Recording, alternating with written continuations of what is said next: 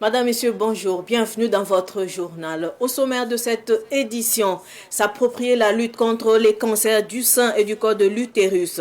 Telle est la mission que se donne l'association Amira à l'endroit des jeunes filles à l'occasion des journées de la jeune fille. Elle a fait savoir hier face aux médias un face-à-face pour décliner la date et le programme d'activité de son événement dénommé les journées de la jeune fille. Les détails dans un instant. Les habitants de Ouagadougou se soulagent dans les rues, caniveaux et autres lieux publics lorsque le besoin se fait sentir. C'est le constat fait par une équipe de Savane Média sur les toilettes publiques dans la ville de Ouagadougou. Vous en saurez davantage dans un instant. Comme je vous l'annonçais en titre, les membres de l'association Amira étaient face à la presse pour livrer la date de l'événement dénommé les Journées de la jeune fille. Une initiative pour encourager les jeunes filles à lutter contre les cancers du sein et du col de l'utérus. La conférence de presse a eu lieu hier. Madinatou et Draogo y étaient. L'association Amira est une jeune association qui œuvre pour le bien-être de la jeunesse, en particulier des jeunes filles. Les membres de l'association prévoient en marge de la Journée internationale de la femme, édition 2024, les journées de la jeune fille. Le projet de JJF, c'est du 7 au 9 mars. Le 7 mars, c'est une journée de sensibilisation et de dépistage dans les lycées et les universités. Le 8 mars, c'est une journée de formation. On aura principalement 5 domaines, dont la coiffure, le maquillage, la fabrication de savon liquide, la fabrication de serviettes hygiéniques réutilisables et le marketing digital. Et aussi le 9 mars qui est un concert à but non lucratif avec des tickets payants 2 000 et 5 000 francs. Mais l'idée derrière, c'est de récolter des fonds pour pouvoir subventionner le traitement des jeunes filles ayant un cancer de sein, ayant une situation financière précaire. La jeunesse fait face à des problèmes de santé sexuelle et reproductive, dont le cancer du sein et du col de l'utérus. La présidente de l'association lance un appel à la jeunesse de soutenir l'activité. J'invite tous à participer massivement parce que c'est une cause qui se voit noble. Ça ne concerne pas qu'une seule personne. Ce qui arrive à ton voisin aujourd'hui peut arriver demain. Et qui dit cancer de sein dit femme et homme. Qui dit cancer du col de l'utérus dit la femme. Mais tout ce qui touche la femme touche indirectement l'homme. Ce sont nos mamans, nos soeurs, nos femmes. Alors donnez tous vos voix pour lutter contre le cancer de sein et le cancer du col de l'utérus. Et ensemble, faisons de ces journées des journées inoubliables. Cette première édition des Journées de la jeune fille est prévue du 7 au 9 mars 2024 à Canal Olympia. La 4e édition du Symposium international sur le transport et la logistique organisé par le Conseil burkinabé des chargeurs CBC se déroulera du 27 au 29 février prochain à Ouagadougou. Le comité d'organisation a tenu une conférence de presse aujourd'hui au CBC. Samuel Moko. Après la 3e édition en 2012, le Symposium international sur le transport et la logistique Translog Africa, piloté par le Conseil burkinabé des chargeurs CBC, a connu des difficultés consécutives aux crises sanitaires, sécuritaires, politiques et autres qui ont secoué le monde. La 4e édition se tient enfin cette année du 27 au 29 février à Ouagadougou. Il faut noter que la première édition s'est tenue en 2017, la deuxième en 2010 et la troisième en 2012. Pour quelles raisons le CBC organise le Translog Africa? Le transport ainsi que la chaîne logistique constituent pour les acteurs du commerce international, notamment les chargeurs, un sujet d'intérêt majeur, étant donné que la compétitivité globale en dépend. Il est donc opportun que ces derniers s'imprègnent des enjeux du développement de la chaîne logistique prévue dans le cadre de la mise en œuvre de la zone libre d'échange continentale africaine, ZLECAf. C'est pour cette raison que le Conseil burkinabé des chargeurs, conformément à sa mission d'assistance, de défense et de protection des intérêts des chargeurs et de renforcement de leurs capacités, entend organiser des symposiums internationaux sur le transport et la logistique en Afrique. Il se tiendra du 27 au 29 février à Ouagadougou. L'édition 2024 se déroule sous le thème « Développement de la chaîne logistique globale, défis et opportunités pour les chargeurs à l'heure de la zone de libre-échange continentale africaine ». Le choix de ce thème est motivé par le fait que c'est un sujet d'actualité d'une grande importance, compte tenu que la mise en place de cette zone offre de nouvelles opportunités, mais également des défis pour les chargeurs.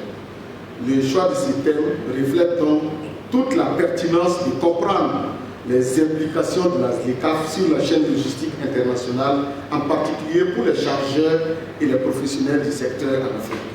Quant aux objectifs du symposium, il s'agit principalement de créer un espace de réflexion et d'échange sur les défis et les opportunités liées au développement de la chaîne logistique globale envisagée dans le cadre de la SLECAF. La 4e édition du Symposium international sur le transport et la logistique se tient sous le très haut patronage du chef de l'État, sous la présidence du ministre en charge des transports et le coparrainage des présidents des patronats du Burkina Faso, du Mali et du Niger. Et puis les travaux de réhabilitation du marché Sankariaré sont en cours d'exécution. Ces travaux débutés en octobre dernier sont déjà à 50% de taux de réalisation selon les commerçants aux abords du dit marché qui s'informent au quotidien. Ils se réjouissent de l'avancement des travaux. Ahmed Joël Comporé a fait le constat hier à Sankariaré. Ici, nous sommes au marché Sankariaré de Ouagadougou. Ce marché, en cours de réhabilitation depuis octobre dernier, connaît un avancement satisfaisant selon les commerçants réinstallés aux abords du marché. Ils estiment que le marché sera prêt dans les délais donnés. Tout comme bon, grâce à Dieu, ça va. Voilà, on peut dire que 60%, voilà, ça va. Et Inch'Allah, on sait que d'ici quelques mois seulement, normalement, ça doit finir. Parce que ils sont toujours là-bas en train de travailler, donc matin, midi, soir. Donc, on pense que dans ces 2 jours-là, Inch'Allah, ça va finir. Le travail, ça avance bien. Nous souhaitons que ça finisse vite. Quand ça finit vite, puis on veut que le pays, quand le pays soit en paix seulement, ça va aller. Ça traîne, mais comme quelque chose ne peut pas faire sans la volonté de Dieu. En juillet, ça finit. Nous, on veut que ça finisse, puis on rentre en paix seulement. Oui, les travaux sont bons. Par la grâce de Dieu, vraiment ça avance. Les 6 mois, on espère. Parce que de toute façon, ça avance. Il nous reste quelques temps seulement. Et Inch'Allah, je pense que les 6 mois seront respectés. Ces commerçants promettent de veiller sur le marché quand il sera mis à leur disposition. Ça, je peux vous promettre que nous-mêmes serons la sécurité dans ça. Voilà, parce qu'on a vécu des moments difficiles. Donc, on ne veut pas que ça répète encore. Très bien, très bien, très bien. La sécurité, vraiment, on espère, parmi nous les commerçants, on fera de notre mieux, vraiment pour la sécurité, pour ne pas que ce qui nous est arrivé, oui, le 9 janvier, va nous arriver encore. En rappel, le marché Sankariaré de Ouagadougou est parti en fumée le 29 janvier 2023. Les travaux de réhabilitation ont débuté en octobre dernier pour un coût global de plus de 1 milliard de francs CFA. À l'occasion de la célébration de ce 20 ans d'existence en Afrique de l'Ouest, la société Absonic a tenu samedi dernier à Ouagadougou une cérémonie au cours de laquelle elle a rendu hommage à ses partenaires, clients et employés. Les détails avec Sidiki Kabré. À travers une remise de 100 postes téléviseurs, 50 postes radio et 7 engins, dont 2 tricycles et 5 motos, la société Absonic marque une halte pour traduire sa reconnaissance à ses meilleurs partenaires, notamment les meilleurs revendeurs, transitaires et employés. Cette récompense a eu lieu à l'occasion de ses 20 ans d'existence. On a voulu vraiment satisfaire nos partenaires et même nos employés par des téléviseurs, des radios, plus des attestations de meilleurs revendeurs et des attestations de meilleurs employés 2023. Et la récompense, c'est y compris les vendeurs de motos et les pièces détachées. Une récompense bien accueillie naturellement par les partenaires transitaires et revendeurs. Moi, personnellement, j'ai reçu une attestation et une télé. Alors, pour notre effort que nous avons voulu faire au niveau de la douane à l'endroit de Absonic. Donc, je leur dis merci. Nous sommes très contents d'avoir un partenaire comme Absonic. En fait, on est très heureux de contribuer avec l'entreprise Absonic. On a eu le prix des 100 000 avec un migrant 32. On est très contents. À l'occasion de cette cérémonie, la société Absonic a remis également 5 motos et une enveloppe financière au profit des forces combattantes. Le ministère de l'Éducation nationale, de l'alphabétisation et de la promotion des langues nationales a désormais un nouveau directeur de cabinet. Il s'agit de Wenpanga Kader Kondombo. La passation de service a eu lieu hier en présence d'Abdoulaye Kinda. Je vous déclare installé dans vos fonctions de directeur de cabinet. Félicitations et plein succès dans votre mission. C'est sous la présidence du ministre en charge de l'éducation que Wenpanga Abdul Kader Kondombo est installé dans ses fonctions de directeur de cabinet. Il remplace à ce poste Dr Suleiman Koulibaly. Wenpanga Abdul Kader Kondombo compte sur ses collaborateurs pour coordonner les activités du cabinet. Nous devons travailler en étroite collaboration avec l'ensemble des acteurs du monde éducatif. La réussite de nos initiatives dépendra de notre capacité à créer un dialogue ouvert, à écouter les besoins de la communauté éducative et à élaborer des politiques qui répondent efficacement aux défis auxquels nous sommes confrontés. Monsieur le ministre, je voudrais vous rassurer de ma disponibilité et de mon engagement plein et entier à conduire les missions qu'il vous a plu de me confier. Chers collaborateurs, avec le soutien de chacun d'entre vous, je suis convaincu que nous surmonterons les défis et atteindrons nos objectifs communs. Merci de votre confiance et ensemble bâtissons un avenir éducatif florissant pour notre nation. Pour le Burkina Faso, ensemble, rien d'impossible. Sosten Dengara, ministre en charge de l'éducation, a félicité le directeur de cabinet entrant tout en rappelant la vision des plus hautes autorités sur l'éducation. Je pense que vous pourrez atteindre vos objectifs avec un peu d'écoute et un peu de patience. Aussi, je voudrais rappeler que la vision du chef de l'État et du Premier ministre pour notre secteur, pour le secteur de l'éducation, c'est de permettre à ce secteur de donner un enseignement qui forme l'enfant pour le monde du travail, un enseignement qui forme l'enfant pour la production, un enseignement qui forme l'enfant, qui utilise aussi bien sa tête pour réfléchir que ses mains, pour se donner de pouvoir s'occuper de lui-même et d'être utile à la société. C'est ce à quoi nous allons ensemble travailler, à relever le défi et à honorer cette vision, cette volonté des plus hautes autorités de ce pays. Le directeur du cabinet sortant, Dr Suleiman Koulibaly, a remercié l'ensemble de ses collaborateurs et souhaité plein succès au nouveau directeur de cabinet, Wenpanga Abdul Kader Kondombo.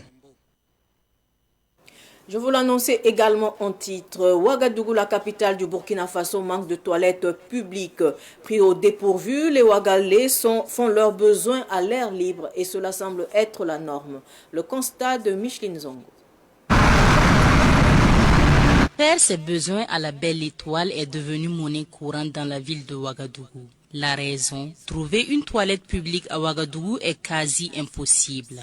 Même les lieux publics dotés de toilettes publiques sont pour la plupart du temps inaccessibles et parfois non assainis et non hygiéniques. Les gens ont vraiment du mal à se soulager. Souvent c'est dans les fossés, c'est pas bon. Les toilettes publiques en tout cas c'est vraiment très important parce que on a eu souvent l'occasion de voyager dans certains pays et on constate là-bas vraiment que quand tu as un besoin, peut-être à l'angle comme ça voilà, à l'angle du goudron, peut-être ils ont fait des toilettes publiques là où vraiment tu peux aller te soulager. Et je pense qu'à chaque 100 mètres, 200 mètres en tout cas, il y a des toilettes publiques. Donc ici, on rencontre vraiment des problèmes parce qu'on est obligé de peut-être partir chercher un endroit vraiment un peu isolé, bon, mais qui est vraiment dans la ville. Et souvent, c'est un peu compliqué. Voilà, parce que l'odeur, même déjà, peut-être ça dérange. Ça amène encore peut-être des maladies. Cet espace de la Secna dans le quartier PA doit faire office de toilette publique pour les commerçants environnants, les riverains et les passants. Vraiment, il n'y a pas de toilette par là. Moi, j'ai la chance que ma maison n'est pas éloignée. Quand je veux me soulager, je laisse mon commerce et je rentre chez moi. Mais les autres commerçants qui n'ont pas leur domicile à côté souffrent vraiment. Surtout les femmes, c'est vraiment le calvaire. La même période quand même pour se soulager. Il faut te débrouiller seulement. Soit tu es musulman ou bien tu cherches un coin. Si tu es musulman, tu peux aller à la mosquée, demander et puis faire ton machin. Sinon, il n'y a pas un coin pour se soulager. Les Ouagalais se tournent vers les autorités compétentes pour lancer leur cri de cœur. Ils souhaitent l'implantation de toilettes publiques dans la ville de Ouagadougou. Je souhaite que si vraiment on peut nous préserver, à donner les toilettes pour nous. Nous comprenons que le pays connaît beaucoup de problèmes, mais nous demandons aux autorités de nous trouver des latrines. Cela va beaucoup nous soulager. Mon souhait vraiment, c'est que vraiment Dieu puisse vraiment aider la mairie, voilà, pour que vraiment ils puissent vraiment voir de ce côté-là qu'est-ce que vraiment ils peuvent faire pour vraiment améliorer ça. Voilà, pour que vraiment on ait vraiment des conditions par rapport à ce problème-là, des conditions d'hygiène. Des innovateurs ont proposé des toilettes publiques mobiles et modernes pour soulager les populations. L'État burkinabé n'investit pas beaucoup dans les latrines publiques. Il est plus porté à réaliser des latrines familiales. Plus de 142 000 latrines familiales et plus de 3 700 toilettes publiques de janvier 2015 à juin 2017. Direction Bobo Dioulasso, Djeli Karim, le Koundé d'or de l'année 2024. C'est une ambition que l'artiste musicien affiche avec son nouvel opus intitulé Doni Doni, qui veut dire petit à petit en Djoula. Dans cet album, Djeli Karim chante entre autres l'amour, la paix, la méchanceté des hommes, l'immigration clandestine et l'engagement au travail. Le nouvel album a été présenté le week-end écoulé au cours d'une conférence de presse. Le point avec Nongasida Thomas Sondo de Savane Média Ouest.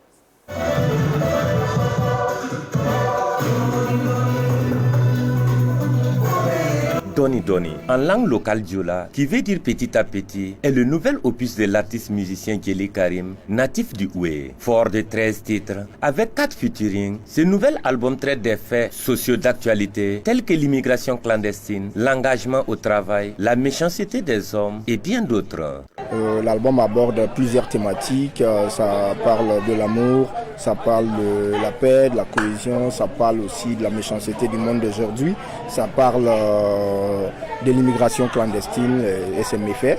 Ça aborde plusieurs thématiques, voilà, qui résument le contexte actuel du monde. C'est un album aussi à plusieurs colorations, parce que nous avons voulu une ouverture de l'artiste qui est un artiste mandingue à la base, mais nous avons ajouté un peu de la world music et différentes tendances musicales actuelles du monde, et en plus de nos rythmes traditionnels que nous avons essayé aussi d'exploiter à fond. Pour une meilleure visibilité et pour booster les ventes, l'artiste a diversifié les supports de diffusion. L'album est dupliqué sur 3 supports, je dirais. Il y a d'abord la distribution digitale. Voilà, et lorsque vous allez sur les différents sites de téléchargement, le prix est mentionné là-bas en fonction du distributeur, parce que c'est le distributeur digital qui donne le prix en fonction aussi des sites de téléchargement. Voilà, nous on a un contrat et chacun a sa part lorsque les titres sont vendus. Maintenant, il y a la distribution physique qui est faite sur les CD et également beaucoup plus sur les clés USB, parce que de plus en plus les CD ont tendance à disparaître. Donc là, nous sommes beaucoup plus en clés USB. Et les clés USB coûtent 5 000 francs et les CD coûtent 3 000 francs. Meilleur artiste de la région en 2023, l'artiste musicien Djeli Karim, avec cet nouvel album, entend rapporter le Koundé d'or du meilleur artiste musicien en 2024. Et dans les jours à venir, il entamera une tournée de 6 mois en Europe.